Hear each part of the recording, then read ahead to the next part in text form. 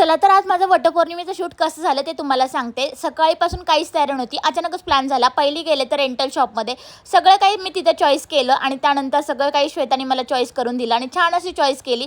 त्यानंतर मी निघाले पार्लरमध्ये आल्यानंतर अगदी चौघीजणी मेकअपला हे करत होत्या. ताईने अगदी छान मेकअप केला, असा लुक दिसतोय की मलाच खूप आवडले मी स्वतःला. आणि त्यानंतर आम्ही गेलो शूटच्या जिथे जिथे आम्हाला शूट करायचं होतं तिथे. राज पूर्ण छान असं शूट करत होता, अगदी घामेघूम झाला शूट करून. आम्ही इतकं त्याला थकवलं, गप्पा गोष्टी करत छान असं शूट पार पडलं.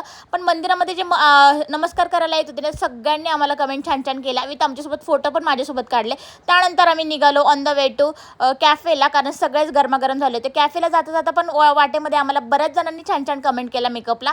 तर तिथून आम्ही पोहोचलो थेट आरोमा कॅफेमध्ये. आणि आरोमा कॅफेमध्ये गेल्यावर इतकं गरम सगळ्यांना झालं होतं. छान अशा कोल्ड कॉफी मागवली आणि मस्त असं गप्पा शप्पा करत कोल्ड कॉफी एन्जॉय केली आणि इथंच दिवस संपलं. तर कसं वाटलं शूट नक्कीच कमेंट करा. चलो बाय, भेटूयात उद्याच्या ब्लॉगमध्ये.